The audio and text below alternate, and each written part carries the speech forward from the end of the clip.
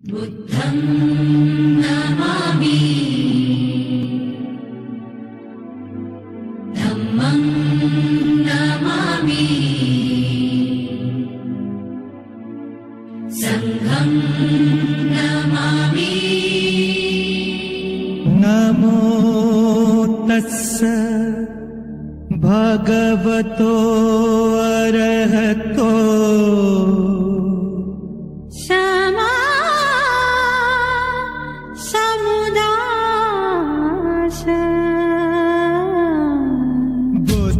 शरणं गच्छामि धम्मं शरणं गच्छामि संघं शरणं गच्छामि।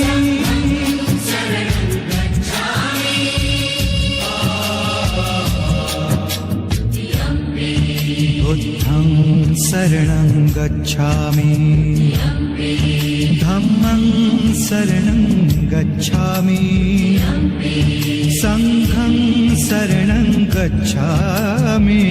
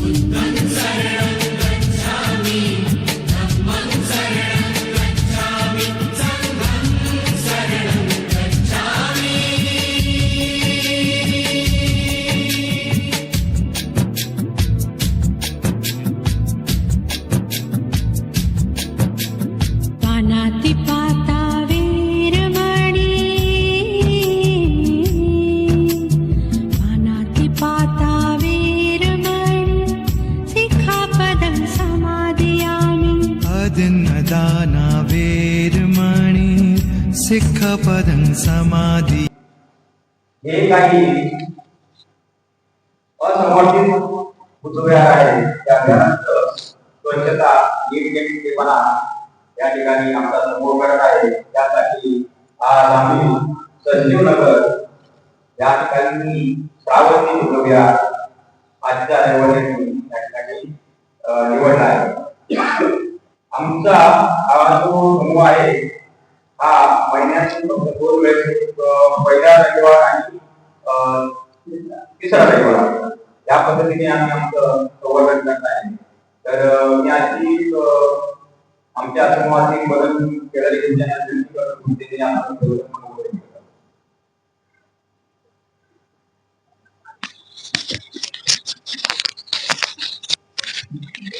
सर्वांना जय भीम।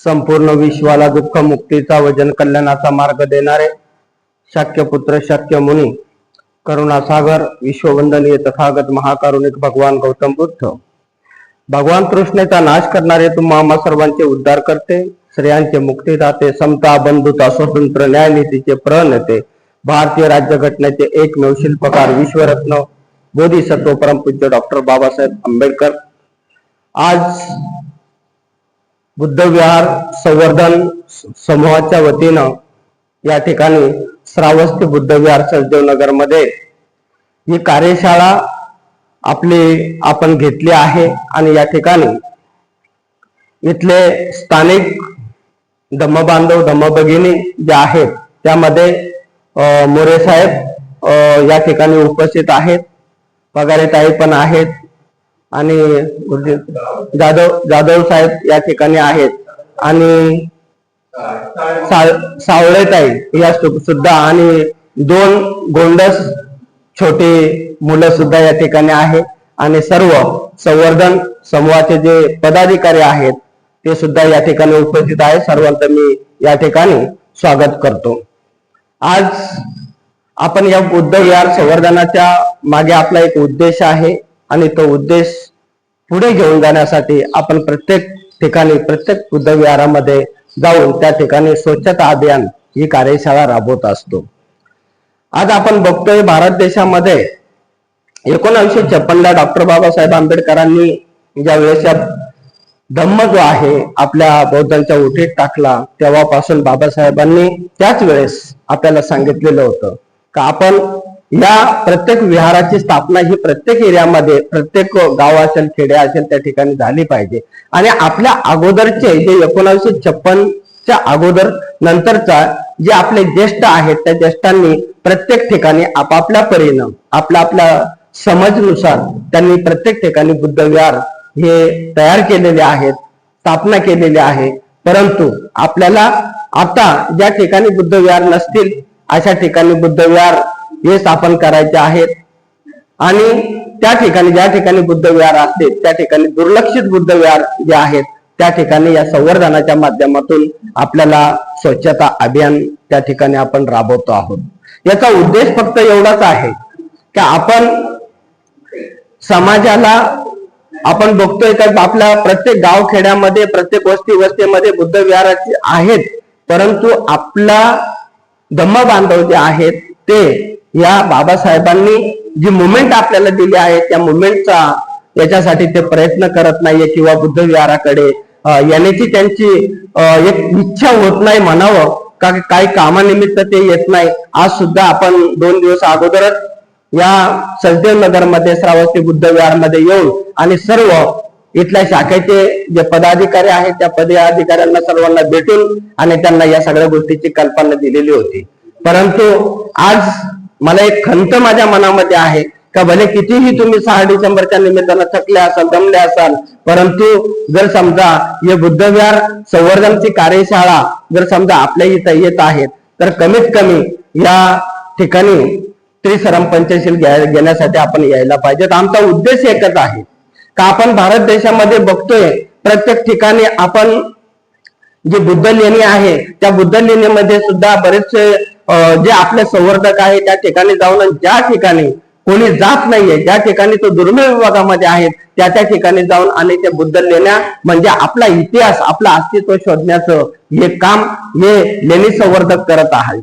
आणि आपण याच माध्यमातून आपण ह्या प्रत्येक ठिकाणी दुर्लक्षित बुद्ध विहार असेल किंवा ज्या ठिकाणी आपल्या शाखा तयार असतील असे बुद्ध विहार आहे त्या ठिकाणी आपण जाऊन आणि बुद्ध विहाराचं संवर्धन करायचं. याच्या माध्यमातून फक्त आपण समाजापर्यंत एकच मार्ग पोहोचवतोय का प्रत्येक रविवारी समाज बांधवांनी या ठिकाणी बुद्ध विहारात यायचं आहे, त्या बुद्ध विहाराची साफसफाई करायची आहे आणि त्या बुद्ध विहारामध्ये आपण त्रिसरम पंचशील हे घेऊन म्हणजे एक प्रकारे आज आपल्याला जर याची सवय असेल, आपल्याला जर समजा धम्माचं थोडी माहिती असेल, ज्ञान असेल, धम्माकडे आपण आकर्षक असू तर इथून पुढचे हे निरागस जे मुलं आहेत, जे इथून पुढची पिढी आहे ती सुद्धा विहाराकडे वळल्याशिवाय राहणार नाही. आणि जास्तीत जास्त आपल्याला धम्म जे बाबासाहेबांचं स्वप्न होतं का एक दिवस हा भारत बुद्धमय होईल, हे जे स्वप्न आहे हे खऱ्या अर्थाने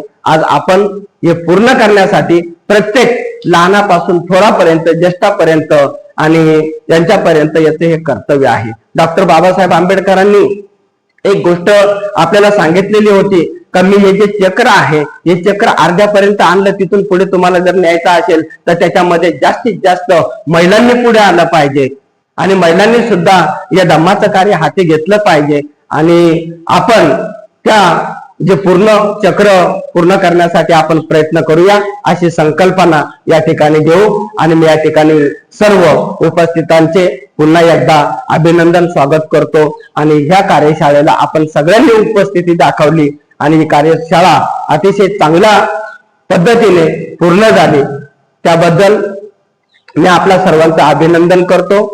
सविनय जय भीम, नमो बुद्धाय, जय संविधान.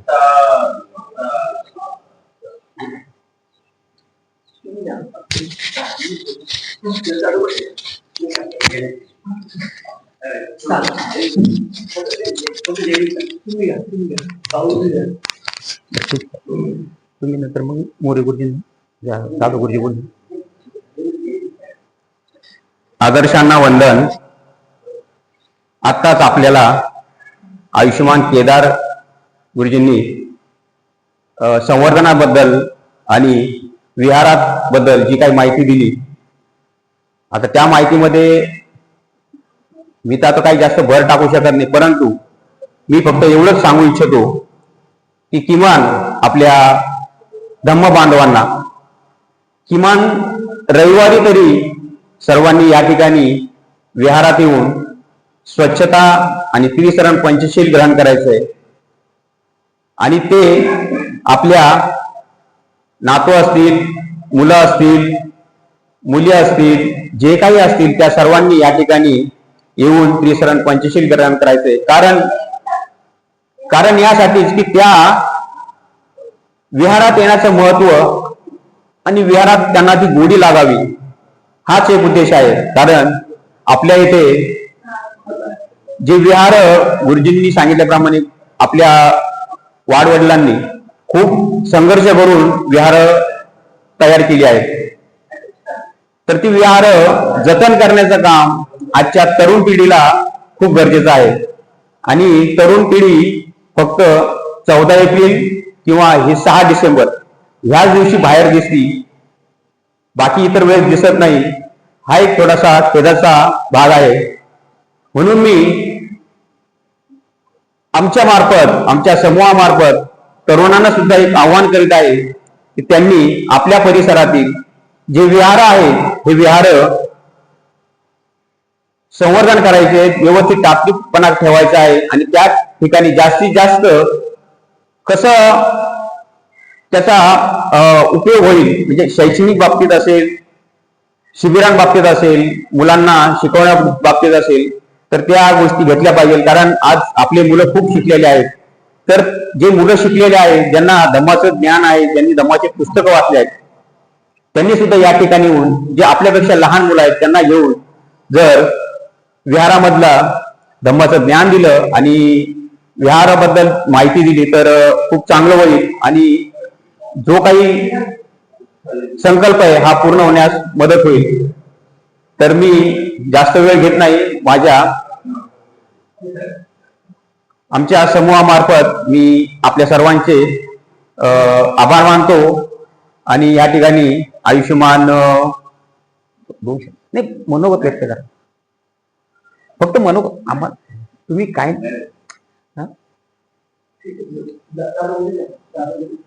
ते जाधव होते नाही, जाधव होते अहो उशीर हाच तर मोठा खिराचा बाप आहे ना. हो ठीक आहे, असो.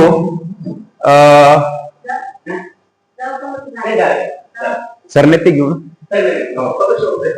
तर सगळ्यांचे आभार मानतो. आणि या ठिकाणी सरनेतेच घेऊया, गुरुजी बोलता ठीक आहे, सामुदायिक सरनेते घेऊन टाकूया. नाथी मे शरणं बुद्धो मे शरणं वरं एतेन सजवजेन होतु मे जय मंगलम्. नाथी मे शरणं धम्मो मे शरणं वरं एतेन सजवजेन होतु मे जय मंगलम्. नाथी मे शरणं संगो मे शरणं वरं एतेन सजवजेन होतु मे जय मंगलम्. साधु साधु साधु बुद्धं नमामि, धम्मं नमामि, संघं नमामि. जय भीम.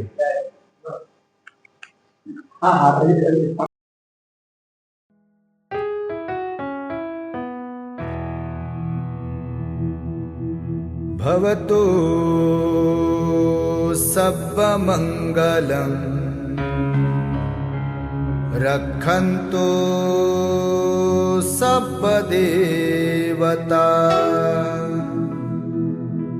सब्बबुद्धानुभावेन सदा शुद्धि भवन्तु ते भवतु सब्बमङ्गलम् रक्षन्तु सब्बदेवता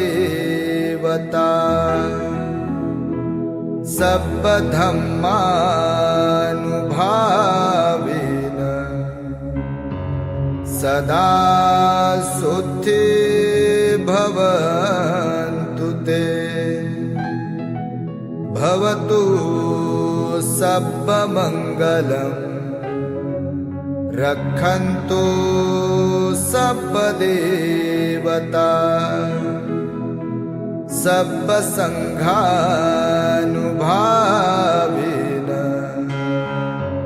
सदा